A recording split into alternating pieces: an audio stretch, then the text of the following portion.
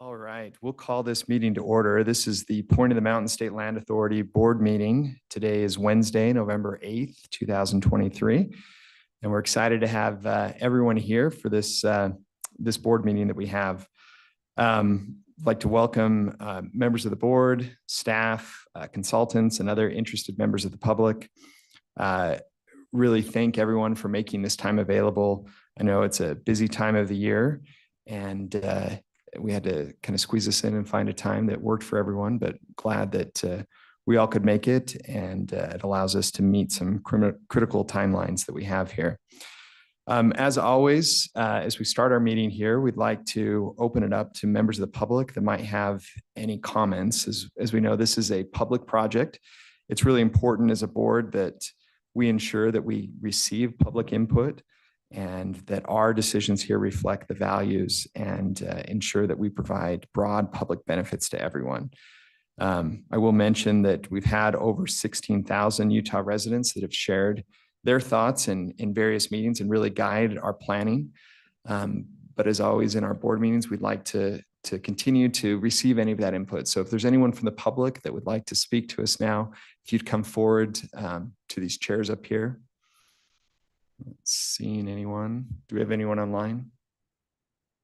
Oh, yeah, if you could come up here. Yep. If I'll turn on your mic, if you'll just introduce yourself, and then we'll hear your comment. Mr. Chairman, my name is Jonathan Bullen, and I am the chairman and founding partner of the Comena Group. And I came today to represent the developers, developing team, Lincoln Property Company, Wadsworth Development, and Comena. And we wanted to express sincere appreciation for the incredible amount of work that has been done to get us to this point. And we acknowledge the great effort of members of the board, state employees, the state legal team, the consultants. There's too many people to mention that have worked very, very, very hard and have negotiated in good faith with us. And we have felt strongly that everybody involved here is very aware of their fiduciary responsibility to the state and how it's so important that this governing document, the development agreement, is properly put together and is a template and a roadmap for the future, and that the state's interests will be taken care of and will be adhered to. We didn't get everything that we wanted, or we, at least at this point, didn't get everything we wanted, and I'm sure you didn't get everything that you wanted either. But that's how negotiations go. But we feel good about where we are at this point and remain committed to do whatever we can, whatever is necessary to be able to get this moving forward and get this incredible project going forward. We have been super excited from the very beginning of this process to be involved, and we're extremely grateful for this opportunity. We're very aware of how important this is to so many people for so many different reasons. So with that, just a big thanks, and express that publicly to everybody today, and appreciate the opportunity to do so. Thank you. Thanks for those comments. And let me just say, on behalf of the board, I know that it's been a lot of work. 18 months or more has gone into working together and trying to find the best path forward that protects your interests and the state's interests, and make sure that we'll have a project here that we can all be proud of. And so I appreciate all the efforts that you guys have put into this.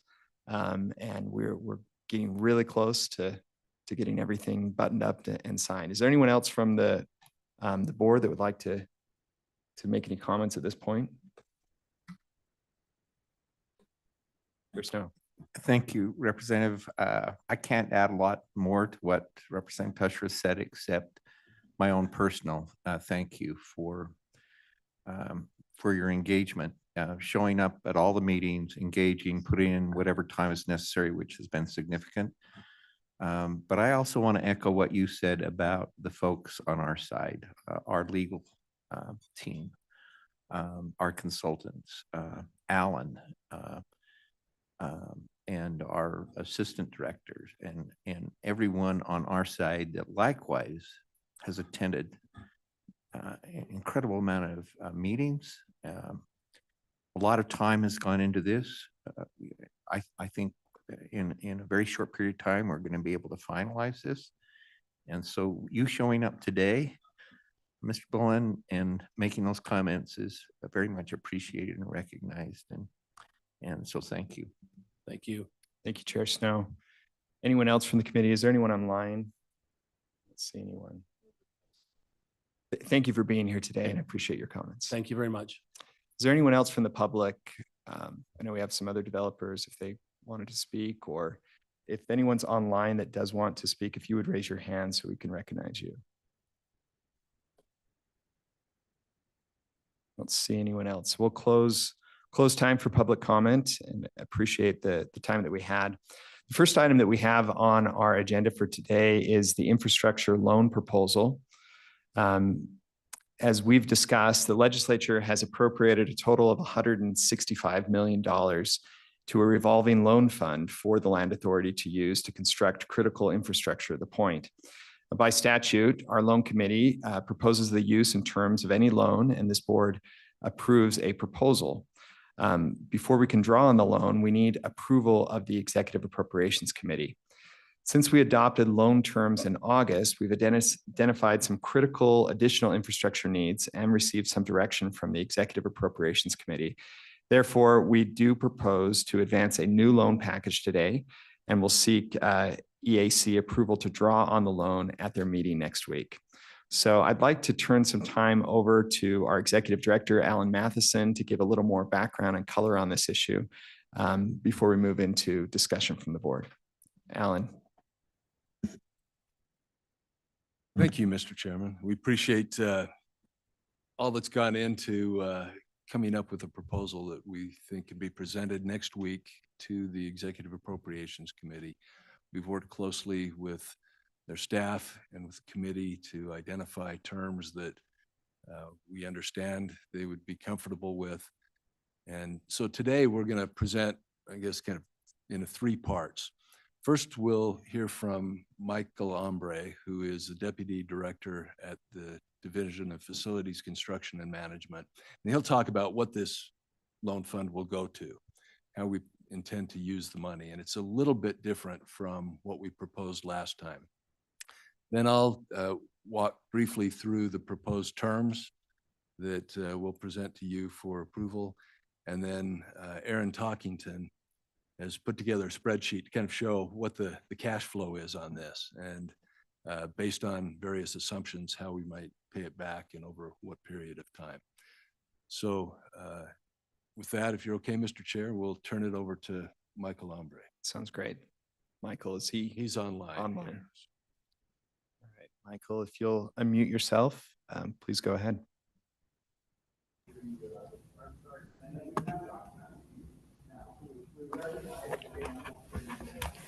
Thank you, board members. Again, my name is Michael Ambre, Deputy Director of DFCM. I have presented a similar slideshow in the past. I'm just going to kind of go through the same slideshow and give you some differences as we move through the process. So I'm going to share my screen.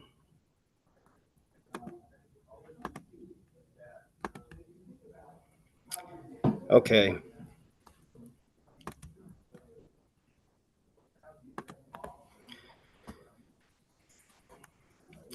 So we'll start with the roads. Only one minor change from the previous slideshow, and that's the North Loop Road. Previously, we had a full build on that North Loop Road. Now, we are scaling that back a little bit due to the fact that we are uncertain if the light rail can also accommodate a circulator, and that's being studied from UTA, and we hope to have those results here in the next 6 months or so. So we decided to scale that back because that's going to change the right of way location on the south side. That's the only change there. Here's the cost for each of those roads that I just had mentioned. And I'll get into the cost at the end, so there's no need to really study that too much. We begin with the tank. This is a 3 million gallon water tank located by the Correctional Admin Building on the east side of I-15. You can kind of see I-15 here. You can see our site is here. So this will be package number 1 of 4 packages. And then we're going to have a transmission line. And this location may change. We're looking at 146 South would be an open trenched pipeline leading to our site. We're also exploring the opportunity to possibly bore under I-15 in a different location that would create a lot less impact. Again, here's the distribution for our water system, and they kind of follow the roadways, as you can see. High pressure gas line is going to be installed this winter. We're going to remove the existing gas line, which is in this location here, and install this new one and bring it online after late spring next year. This is the low pressure gas. This will also include a regulation station, sanitary sewer. Again, most of it follows the roads, and you have your outfalls going to the sewer district. Storm drain. We've had a lot of discussion and study and modeling of storm drain. This is a very challenging site. We've come up with some new information recently in the past 2 weeks. Now we're looking at doing a boring under the rail and doing an outfall to the Jordan River, which it's a little bit more expensive. I'll get into that, but it complements the site long term, and it saves us a lot of money long term. Communication package. Power. We're working diligently with Rocky Mountain Power. We've started design. We're out in front of all of this. Secondary water. Here's the utility costs currently to our best guess, our best estimating. And then we have the final package, which is the parks, which is Central Park and the River to Range. And this goes from Porter Rockwell Boulevard to 200 West. That's the full build, and that's the extent of it in phase 1. Here's the cost of that in the Central Park as well. Here's your total. Okay, so okay, so let me go back one slide. So that adds up to 160 million.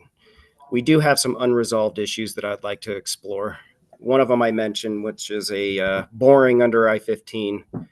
I mentioned the stormwater outfall, it saves money long term. And then also we have a property acquisition on the Porter Rockwell Boulevard that's not accounted for in any costs yet. So this would put us over the 165, but I believe, working through the process, we can try to save money and come in at the 165. But that's what we're asking for today, is the 165 million. Does anybody have any questions? Mr. Chair, this is Troy Walker. I have a question for you. Go ahead, Mayor. When you talk stormwater fall, you're talking, when you say long-term, you're looking at the whole site with this stormwater. You're not just looking at the phase 1, that you're trying to solve it for the entire site right now, right? That's correct. Now we do have 2 detention basins. In the future, you would have to connect those 2 detention basins with a pipe. That's not included in this current package, but we are accommodating the pipe size outfall to accommodate the entire 600 acres. Yes. Okay. Having had a few storms this year that overwhelmed, our existing system, it might be smart to look at these being a little larger than, just at least consider it. I mean, it seems like these 500-year storms are happening more than they're supposed to. Okay, we will. Thank you, Mayor. Other questions from the board?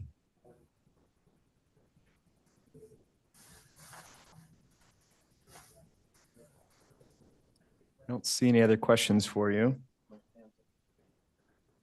Okay. Thank you, Michael. we'll move to Aaron. I guess I'm next. Oh, excuse me, Alan, Sorry. go ahead. So Michael, do you have those slides that you can have up again and show the terms? Alan, are you asking me a question? Yes, I was asking if on your slide should have a slide that includes the proposed terms for the loan. I do not have that. Okay. Well, we'll talk through it. And a couple of things. One, the appropriation into the loan fund was for $165 million, as we said. There is a provision that allows us to collect interest on that. And so when we say there's a little shortfall, it may be that in the next few years before all that money's spent, there will be some interest payments that'll come in and be able to help make up the difference. And as Mike said, we're working with Bluffdale on a potentially piggybacking on a stormwater project they have that would save us money in the long term. In terms of the terms for this loan, we've been working with staff from the Legislative Fiscal Analyst Office, and they've been terrific to work with, understanding that we need to be able to provide a return to the people of the state, but also have terms that will actually work based on the payments that we expect at this project. So we're going to be asking Executive Appropriations Committee next week for approval to accept a loan of $165 million to begin with at 3% interest over time for a term of 40 years. And this loan will be repaid fully by the lease payments made by the developer on the project. So all of the lease funds coming in will go toward paying off this loan.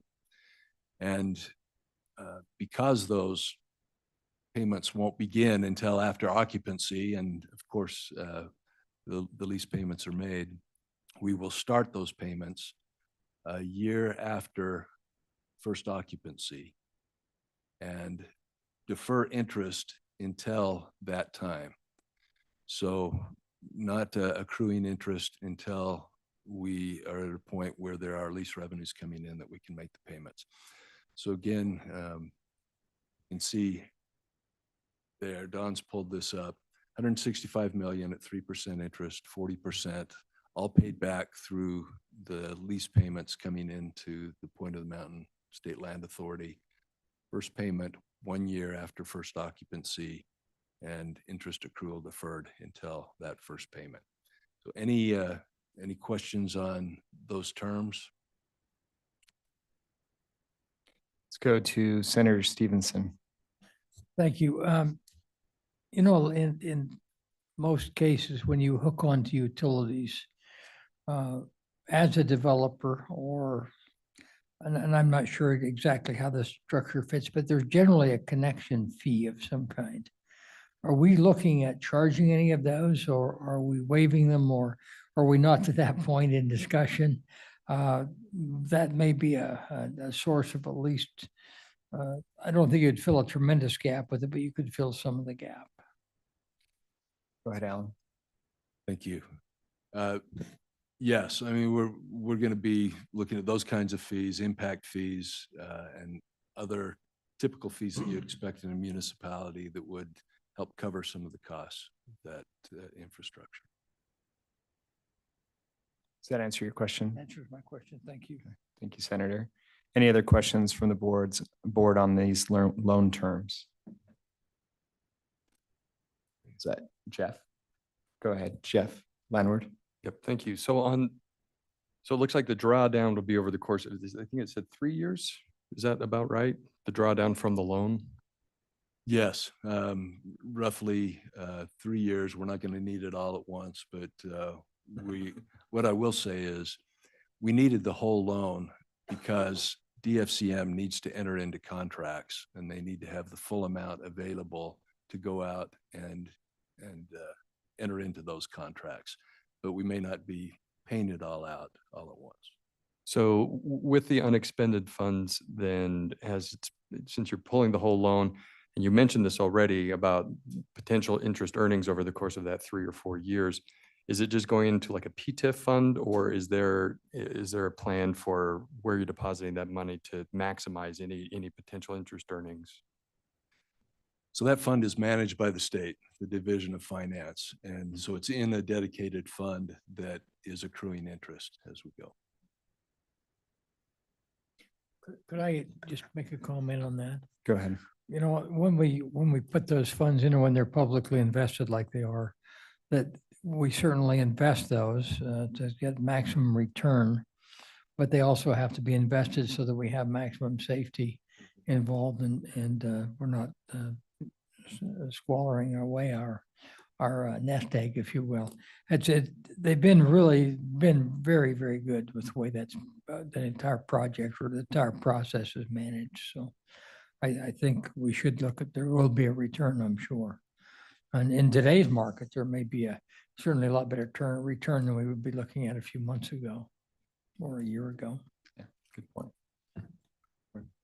Anyone else from the board? Anyone online? Just raise your hand or jump in. I don't see anyone, Alan. We'll move to Aaron. Yeah, let's You ready? go to Aaron Tarkington. So Aaron, if you can jump on and just describe this spreadsheet you put together so that everyone can get an idea that there has been some analysis behind this. Thank you, Alan. So the spreadsheet with all these numbers that you're looking at shows how this loan might work based on the terms that Alan described and you looked at on the slide earlier. So we're showing the $165 million loan approved this year, beginning to draw on it pretty much immediately. DFCM has actually fronted some of this capital to figure out some of the things about the infrastructure that they're showing you here, drawing over 3 years. And so we'd have a loan balance of about 165 million when we start to generate revenue to repay it. The projected source of repayment is from the ground lease revenues, which begin once we have finished and occupiable buildings on site. And so, as Alan said, you can see that we kind of start to have a little bit of occupancy in 2027 once the building is complete. And so we'd start paying this loan, based on these assumptions in 2028 with those ground lease revenues. And so we've shown a conservative scenario, which assumes that we only develop phase 1 over the next 40 years, which is the 99 acres that would fall within IPP's development agreement. And so that's the scenario on the left. You can see that we fully repay the loan from the ground lease in about 35 years from when we start making those payments in 2028. So we'd repay it in 2061 with some assumptions that we continue to develop other portions of the site, which I think is fairly likely, given what I've heard from this board in the past. That repayment period could be shortened to closer to 2047. So that'd be more like 23 years, I think. And so that would gives you a sense of the range of the potential outcomes. I mean, most likely, right, it's somewhere in the middle between these two when we start to see, how the site builds out. But we feel pretty confident that the revenue is there to repay this loan within the 40-year term. So Aaron, if I could just ask you a question, I'm just trying to understand this. So in the column that's the phase 1 only, the black numbers there are the payments, the Yes. total I guess the total payments each year that we would make towards the loan, right? Yes. And if you skip a column and go to the phase 1 column underneath annual ground lease revenue streams, that's the amount of revenue that we would receive during Yes. that year just for phase 1. Yes. Yeah. So we're pledging the entirety of the ground lease revenue towards repayment of the loan. Okay, because I mean the numbers are identical, right?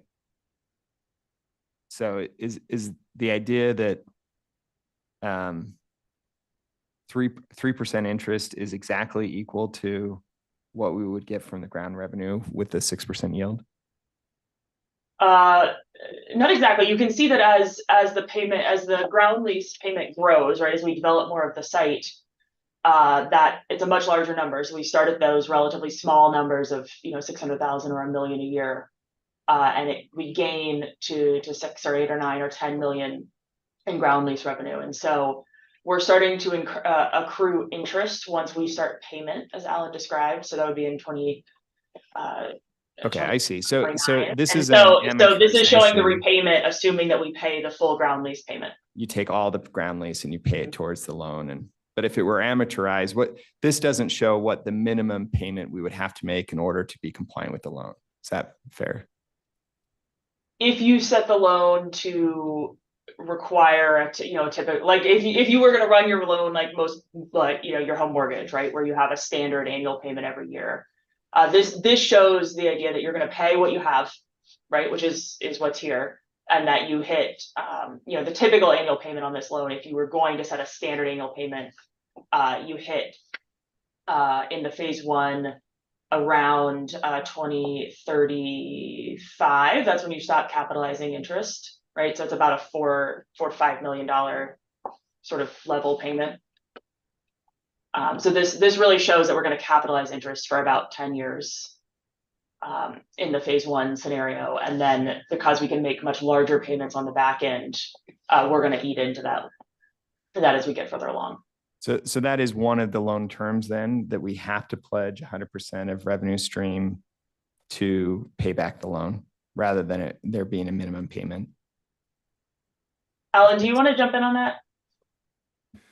Yeah, we really didn't talk about the other alternative. We had committed that we would put all of the lease payments into repaying as quickly as possible. And part of that was because in those early years, we don't have enough to meet that 4 million or so that Aaron just mentioned. And so this allows us to start with what we've got, recognizing that it's going to increase over time and pay. Okay. And then Aaron, in terms of cash flow that the development would need to continue to, have a phase two or possible sub campuses and maintain whatever commitments we have for the city and school district and county and everyone else, that will just come out of the payment in lieu of tax? For the most part, yes. I think that, obviously our ability to reborrow any money from this fund is limited until we start to make a dent in the repayment.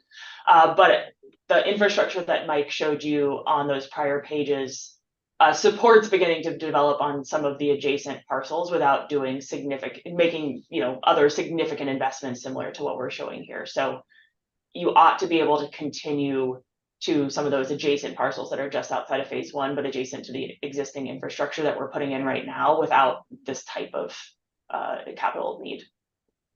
Okay. Thank you, Aaron. Looks like Mayor Walker has a question. Go ahead, Mayor. I have a question in the sense of as you look at the agreement, when we talk about connection fees, my understanding of the agreement is the developer's not going to pay any more on top of the lease payments. So that wouldn't it offset if we charged them a connection fee? Wouldn't it lower? I just think those concepts we got to be. Who are we going to charge the connection fee to?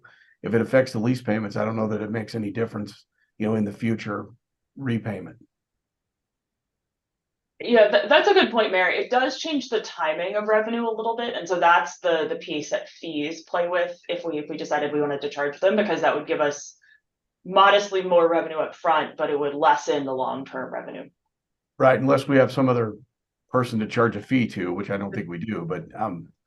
Anyway, it just moves the revenue around from a time perspective more so than adding to the pie. Right, so we really aren't going to be able to count on those fees, making up more than 165, like maybe we were thinking.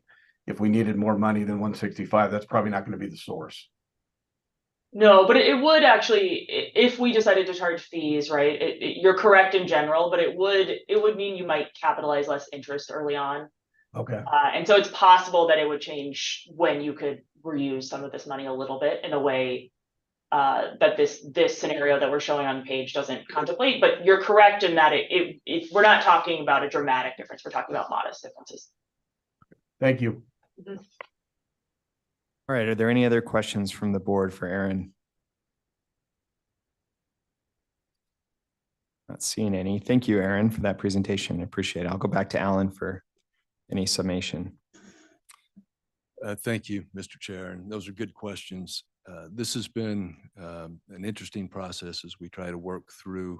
We've got 4 steps that we have to go through to approve use of this loan, which uh, sometimes makes it a little bit complicated with lots of eyes on it. But after some conversations, we think we're at a place where we can meet the expectations of the state, our commitment to providing good returns to the citizens of the state, and have a viable project that can move forward. We know that we're heading into an uncertain future, which is always the case.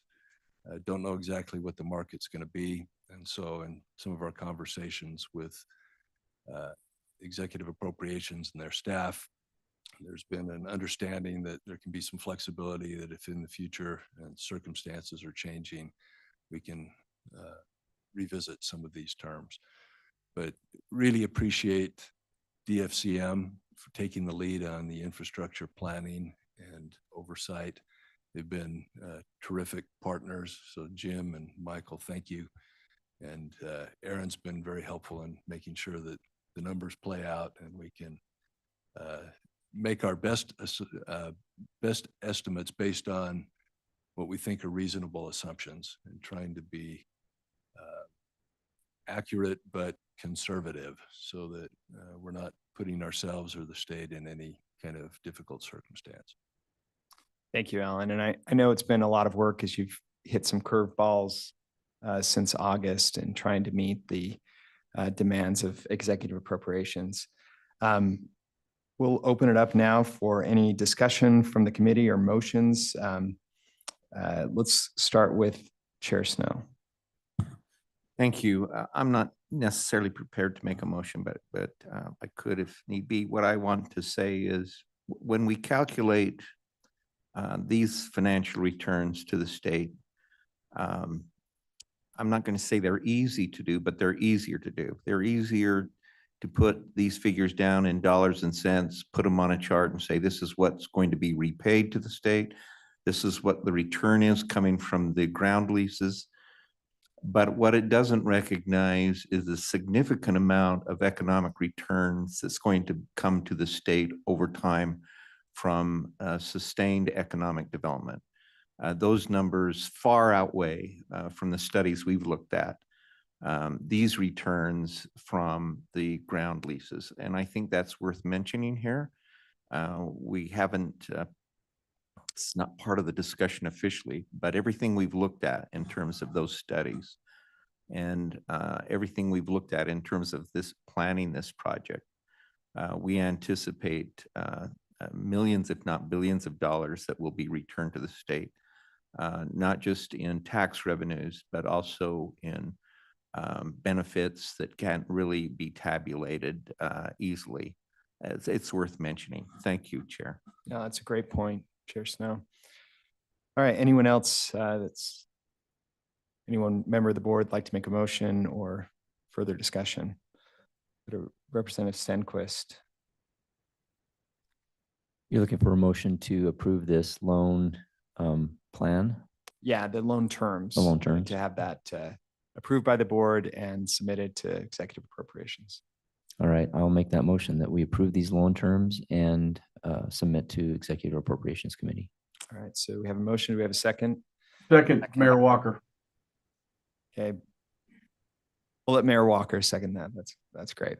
So we have a motion and a second to approve the loan terms as stated here. You can see in the spreadsheet, I'll just restate it. So it's on the record, $165 million, 3% interest, a 40 years payment, the first payment due 1 year after date of first occupancy, and interest accrual deferred until the date of first payment. Any discussion of that motion?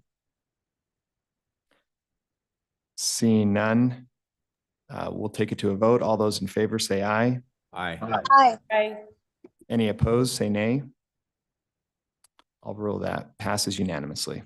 Thank you. All right. Well, the next item on our agenda is to move into executive session to consider under Utah Code 52-42051D to discuss a development agreement. If there is any action that the board determines to make, we will come back into open session to discuss that. But can I get a motion to move into executive session?